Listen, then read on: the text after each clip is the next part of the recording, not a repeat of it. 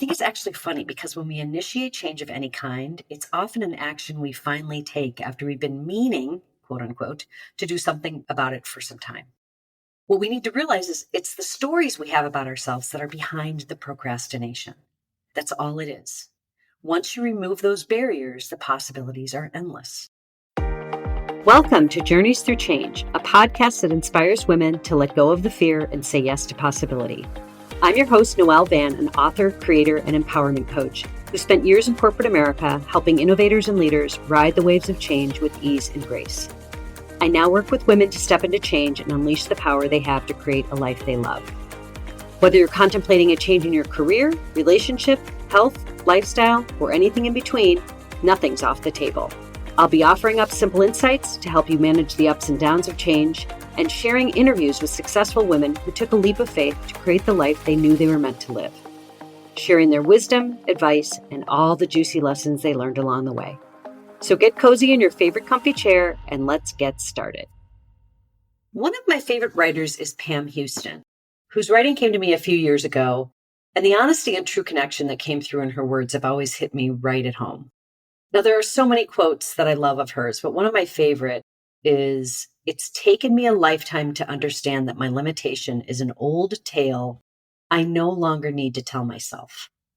Now, I cannot tell you how right those words felt for me to read. I think about all the stories I've told myself over the years about what I can or cannot do, be or cannot be, what I am and am not capable of accomplishing. I've weaved these stories into how I've lived my life, and it's taken years to finally dismantle them one by one and prove them false. I'm still working on it. But as I've grown older, I'm allowed to look at my life not only in hindsight, but definitely with more grace and understanding. I realize I didn't always hold space for myself. In fact, I cringe when I look back over the years and remember how much of a hold my insecurity had on me. How obligated I felt to apologize for speaking my truth or walking away from toxic situations in my life. How physically painful it felt after I got sober to own my own life and finally embrace it and all it had to offer. I know now for certain that maturity brings perspective and grace and greater understanding. And I give that to myself every day as I continue to unravel the lessons of my youth that have brought me here and the lessons of my present that will continue to carry me forward. So how do we begin to take a look at those old stories and see them for what they are, so we can finally set ourselves free of the grip they have on us and the decisions we make in our lives? The first step is to listen. Listen to that voice that tells you to stop before pushing forward or taking a courageous leap.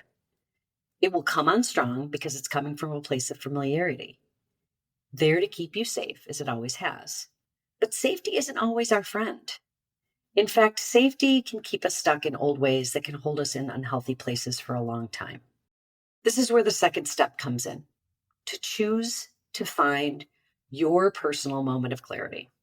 Now, we all have moments of clarity where we suddenly see something for what it is. Some of us leave it up to chance, but I often say that clarity is just sitting there at the front door, waiting for you to wake up and let it in. Whatever it is, you make the choice to do so or not. It can show up in a thought that comes to mind like, oh my God, I've been in this job for 9 years now and I feel numb, or I'm not learning anything. It's when that powerful question pops in your head, like, where has the time gone? It can also be those subtle pauses as you slip into that tired old daily routine, feeling low energy and suddenly realizing that you haven't broken a sweat or done anything to get yourself really moving in weeks, months, or maybe years. I personally fell into that slump myself and had to finally accept that no, walking the dogs in the morning for 20 minutes is not really the cardio that's going to make a difference in my health. I've only begun my journey back to putting my health first, but it is such a critical surrender that we have to make in order to push our lives forward. So as you may have guessed, the last step is take action. I think it's actually funny because when we initiate change of any kind, it's often an action we finally take after we've been meaning, quote unquote, to do something about it for some time. What we need to realize is it's the stories we have about ourselves that are behind the procrastination. That's all it is. Once you remove those barriers, the possibilities are endless. And those are the tricks we play on ourselves. Our minds and our bodies are pretty astute when it comes to the direction we need to go in. And the thought that ultimately gets us there is typically nothing new. Just something we've finally chosen to listen to after many hours of internal contemplation. So when it comes to mind for the 50th time, take that first step. It's just a decision to disregard the recording that's playing in your head, that you'll never be successful or even know where to start because you've always been X, Y, or Z, you fill in the blank. It's in that exact moment when you decide to finally pivot away from the nonsense of your past that you get to start rewriting your story. Always remember, action of any kind will put wheels in motion, and that is what gets us unstuck. And that internal push, by the way, is in fact our tuition guiding us. So let's talk about intuition for a moment. Your intuition is your ultimate guide. In fact, I would say it takes the front seat when it comes to rewriting your own stories. Intuition is your own inner knowing. It's what gives you those subtle cues to look at your life differently and take action. I kind of visualize it as a lighthouse for those who choose to see it. But intuition is often overlooked or disregarded because we are simply not used to letting go and letting it guide us. I have found, particularly when I see myself falling into an old pattern of behavior that is based on some old worn out story about myself, that intuition shows up big time. And I've learned over the years to listen closely and let it tell me what it has to say. As an example, I've actually had times during this podcast where I've let my type A tendencies, which are just old beliefs that perfection is my ultimate goal, get in the way of just letting go and letting the authenticity of our topics, our guests, and maybe even the mood we're in come through. And yes, that voice of judgment immediately comes up to remind me that I should be more concerned about one thing or another. But inevitably, my intuition steps in and says, it's actually okay to be who you are and to just let life happen. Of course, I want to do a good job, but I then say to myself, it's your podcast. You get to do what you want. And that's not meant to be snide, but rather it's just a great way to remind myself that I have earned the right to critique my own work and decide what's acceptable, flaws and all. I'm actually leading this one. And that not only feels good, it totally shifts that old pattern of seeking approval from others. Now my approval actually comes from within. It makes me laugh every time because the beauty in creating something like this podcast is that I get to allow myself and the podcast be perfectly imperfect. Something I used to have a very hard time doing in many areas of my life. Oh, and by the way, permission to be yourself and to let others do the same go hand in hand.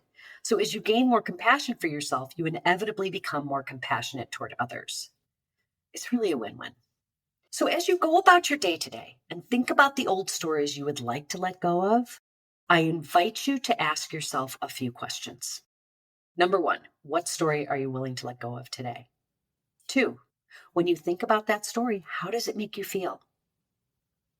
3, what made you believe that story in the first place? Did it come from friends, family, or just from within? 4, does that story even serve you anymore? 5, what's the new story you want to create? And then finally, write that down. Just like the old one, once you plant the seed in your mind, it will begin to grow roots. So just remember, our stories about ourselves are merely beliefs we've picked up along the way that are ours to choose. And as I've said before, you're the one calling the shots in your life. So create the stories that support your strength and capabilities, and your success will be inevitable. That's it for now. Until next time. Thanks for listening to the Journeys Through Change podcast. You can find us on Spotify, Apple Podcasts, or really wherever you get your podcasts. And be sure to follow us and leave a review if you've enjoyed this episode. And share it with a friend or on social media to spread the good word, so more women like you can find us and join in on the fun. For more information on the podcast or Day by Day book, go to livedaybyday.com.